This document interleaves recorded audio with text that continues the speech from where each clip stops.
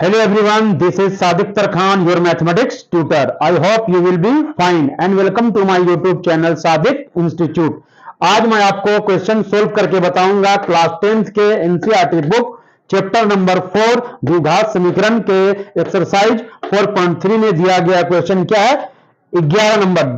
Question number क्या है 11, जो मैं आज आपको सोल्व करके बताऊंगा। इससे पहले मैंने क्वेश्चन नंबर 1 से लेकर 10 तक क्वेश्चन नंबर सोल्व करके आपको बताया था। अगर आपको इसका क्वेश्चन 1 से लेकर 10 तक का क्वेश्चन का सॉल्यूशन चाहिए तो आप हमारे चैनल पर जाकर ये क्वेश्चन नंबर 1 से लेकर 10 तक का क्वेश्चन अपलोड है, वहां जाकर आप स्टडी कर सकते हैं। जहां क्या है हमारे चैनल पर वो अपलोड है। आज मैं आपको 10 तक का तो अपलोड है और 11 का क्वेश्चन मैं आपको सोल्व करके अभी मैं बताने वाला हूं, आप उसे ध्यान से देखिए। क्वेश्चन नंबर 11 क्या कह रहा है। क्वेश्चन नंबर 11 को हम लोग सोल्व करेंगे और इसे हम एक बार रीड करते हैं। क्या कह रहा है, दो वर्गों के क्षेत्रफलों का योग क्या है 468 मीटर स्क्वायर है। यदि उनके परिमापों का अंतर 24 मीटर है तो दोनों वर्गों की भुजाएं ज्ञात कीजिए। दो वर्ग है, दोनों का क्षेत्रफल दिया हुआ है कितना 468 मीटर स्क्वायर और दोनों का परिमाप दिया हुआ है, परिमापों का अंतर क्या है 24 मीटर दिया हुआ है। तो हम लोग क्या करना है, उसका क्या निकालना, भुजा निकालना है। तो भुजा निकालना है तो उससे पहले हम लोगों को भुजा तो मालूम नहीं है वर्ग का, तो उसको हम मानना पड़ेगा। तो मानने के लिए क्या लिखेंगे, माना कि दो वर्ग है, एक बड़ा है एक छोटा है। माना कि क्या लिखना है, माना कि बड़े वर्ग की भुजा कि बड़े वर्ग की भुजा क्या है x मीटर है तथा छोटे वर्ग की भुजा क्या है, मान लिया y मीटर है। तो हम लोग क्या बोल रहा है, दो वर्गों के क्षेत्रफलों का योग और उनके परिमापों का अंतर 24 मीटर है। तो हम लोग क्या है, सबसे पहले जानेंगे कि वर्ग का परिमाप और वर्ग का क्षेत्रफल क्या होता है। वर्ग का परिमाप किसे कहते हैं, वर्ग का क्षेत्रफल हम लोग जानेंगे। वर्ग का अगर क्षेत्रफल हो तो उसका फॉर्मूला क्या होता है, वर्ग का क्षेत्रफल बराबर क्या होता है, भुजा का स्क्वायर। भुजा का क्या होता है स्क्वायर। और वर्ग का परिमाप बराबर क्या होता है, वर्ग का परिमाप बराबर होता है 4 इंटू भुजा, 4 इंटू भुजा। ठीक है, ये आपको याद रखना है। इस क्वेश्चन को सोल्व करने के लिए ये आपका फॉर्मूले का यहां पर जरूरत हो सकता है। तो यहां देखिए क्या हो जाएगा, अब चलेंगे हम लोग प्रश्न से। यहां बड़े वर्ग की भुजा हमने x मान लिया और छोटे वर्ग की भुजा को क्या मान लिया, y मान लिया। अब उन लोग क्या है, दो वर्गों के क्षेत्रफलों का योग। तो क्षेत्रफलों का प्रश्न से हम लोग चलते हैं। तो क्या होता है, वर्ग का क्षेत्रफल क्या होता है, भुजा का स्क्वायर। क्या होता है भुजा, तो भुजा बड़े वर्ग का क्या माना है x का क्या है स्क्वायर। ये क्या दिया, वर्ग का क्षेत्रफल का योग मतलब प्लस। उसके बाद क्या होता है, वो छोटे वर्ग का भुजा क्या माना है y। तो उन लोगों का क्षेत्रफलों का क्या है योग कितना दिया हुआ है 468। ये पहला आपका है 468, इसको मान लेते हैं समीकरण 1। समीकरण 1 मान लेते हैं। यहां समझ में आया आपको। देखिए बड़े क्या दिया हुआ क्वेश्चन में, दो वर्गों के क्षेत्रफल। तो वर्ग क्या है, वर्ग का क्षेत्रफल क्या होता है भुजा का स्क्वायर। तो भुजा हम लोग बड़े वर्ग का क्या माने हैं x, तो x का स्क्वायर और प्लस उसका योग दिया हुआ है। योग क्या दिया, क्षेत्रफलों का योग। उसका छोटे वर्ग की भुजा क्या माने हैं y, तो y का स्क्वायर। दोनों वर्ग के क्षेत्रफलों का योग 400 कितना दिया हुआ है 68 मीटर स्क्वायर है। और उनके परिमापों का अंतर तथा क्या है, तथा परिमाप का क्या फॉर्मूला होता है, वर्ग का परिमाप 4 इंटू भुजा। तो पहला वाला बड़ा वर्ग का क्या होगा 4 इंटू भुजा। भुजा क्या है x, परिमाप का अंतर का मतलब होता है डिफरेंस, मतलब माइनस क्या हो जाएगा, छोटे वर्ग की भुजा। छोटे वर्ग की भुजा का परिमाप क्या होगा 4 इंटू क्या भुजा का क्या, भुजा इसका क्या है y। तो बड़े वर्ग का परिमाप और छोटे वर्ग का परिमाप का जो अंतर जो है, दोनों का अंतर वो कितना दिया हुआ है, देखिए अंतर दिया हुआ 24। तो ये क्या है, यहां से देखिए इसको हम लोग कॉमन ले लेंगे। यहां तक समझ में आ गया, ये दो प्रश्न से आपको वैल्यू मिल गया। वर्गों के क्षेत्रफल का योग 468 और उनके परिमापों का अंतर 24 है। तो अब यहां से देखिए 4 दोनों में कॉमन आ रहा है, देखिए 4 और 4, तो कॉमन ले लीजिए।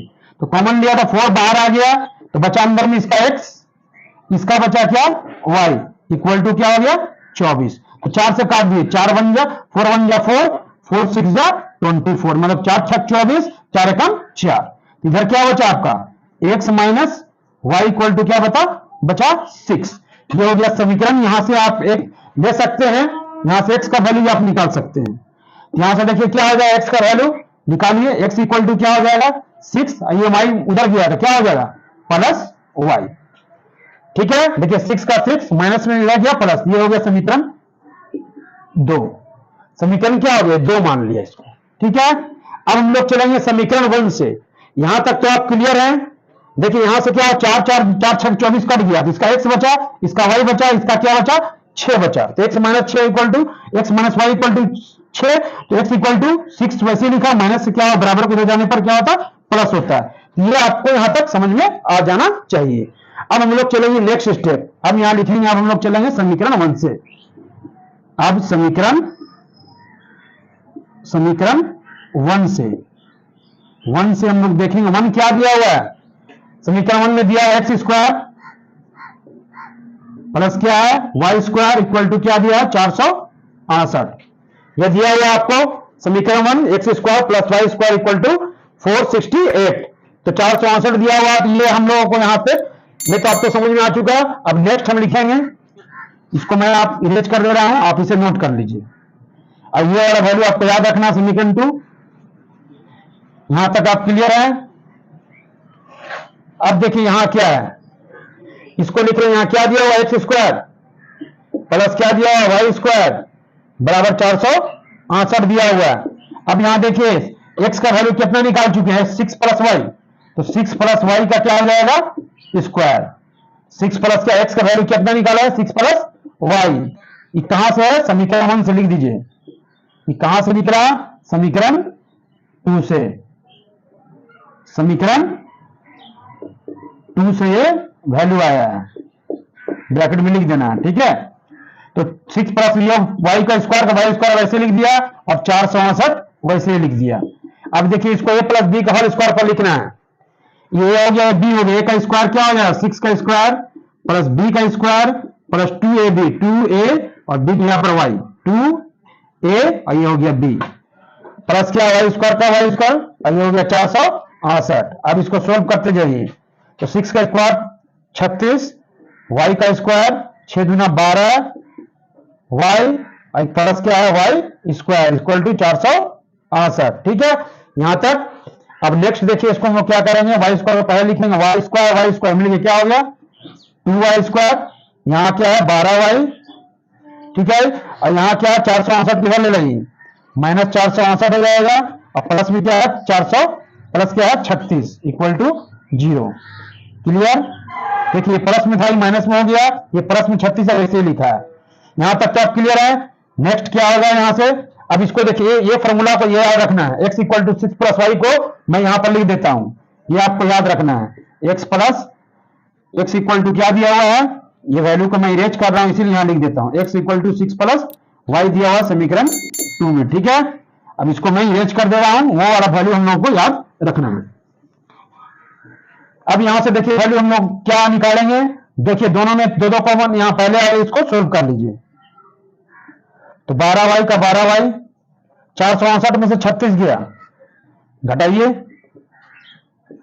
468 में से क्या गया 36 गया, 8 में से 6 गया 2, क्या बचा 8 में से 6 गया 2, 6 में से 3 गया 3, 400 क्या आया 32 माइनस 432 इक्वल टू 0।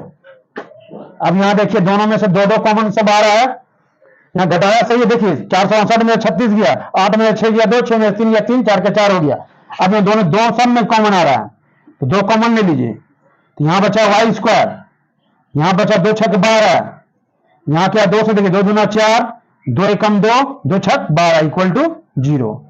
ठीक है, अब नेक्स्ट हम क्या लिखेंगे, यहां से दो कॉमन आ रहा है, 2 चला जाएगा नीचे, तो सिर्फ बचेगा, सिर्फ क्या बचेगा y square plus 6y minus 216 equal to 0। 0/2 क्या होता है, तो लिख दीजिए यहां 0/2, कोई दिक्कत नहीं इससे। 0 कहां गया 2 कहां गया नीचे, अब इसको हम आगे सोल्व करेंगे। देखिए यहां तक तो आप क्लियर हो चुके हैं। नेक्स्ट देखिए क्या करें, ये क्लियर।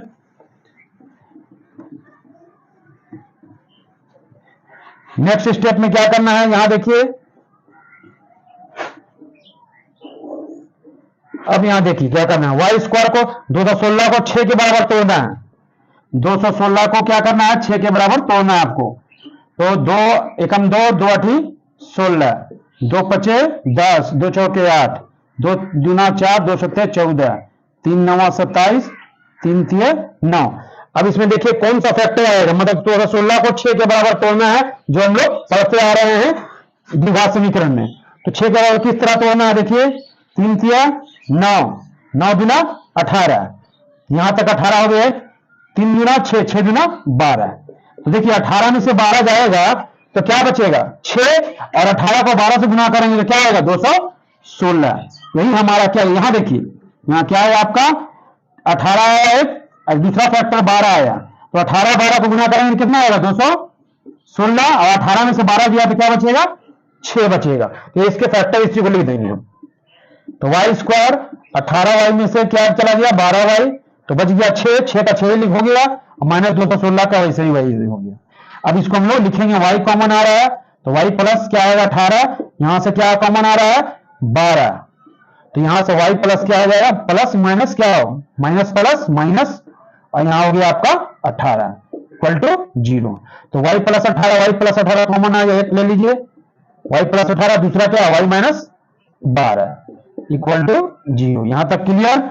नेक्स्ट स्टेप देखिए आपका क्या होगा, नेक्स्ट स्टेप क्या है, दो फैक्टर में आएगा, या तो ये फैक्टर या तो वो फैक्टर। एक आएगा y प्लस 18 इक्वल टू 0, यहां से y का वैल्यू माइनस 18, यहां क्या होगा y माइनस 12 इक्वल टू 0, यहां से y का वैल्यू माइनस हो तो उधर जाएगा, क्या हो गया, ये प्लस था तो माइनस में होगा, ये माइनस हो तो प्लस में हो जाएगा। तो y का वैल्यू क्या है 12, एक आया क्या माइनस, तो माइनस वालों को हम लोग को, माइनस वालों को नहीं लेना, लेना है क्या प्लस वाला साइन हमेशा लिया जाता है। तो y किसको मान चुके, यहां y अब निकालना है। समीकरण 2 हमारा था, पहले मैंने लिखा था इसी साइड में लिख दिया था। तो y समीकरण 2 क्या है, चलिए y का मान कितना आया आपका, y का मान 12 आया, तो y का वैल्यू हम लोग समीकरण 2 से चलते हैं। तो समीकरण 2 क्या है, अब लिखेंगे अब हम लोग, अब समीकरण 2 से, इसको रखिए, अब समीकरण 2 से, समीकरण 2, समीकरण कितना दिया हुआ है, लिखिए आप समीकरण 2 से, 2 से क्या हो जाएगा, 2 क्या दिया है, x equal to 6 plus y, x equal to 6 plus y. तो अब यहां देखिए y का वैल्यू क्या निकाला है, y का इक्वल टू 12, अगर माइनस वाला नहीं लेंगे, लेंगे हम लोग क्या प्लस वाला, तो y का वैल्यू क्या प्लस 6 का 6, और y की जगह पर क्या आ गया 12, तो 12 6 में क्या हो गया 18, x का मान क्या आया आपका 18 आ गया।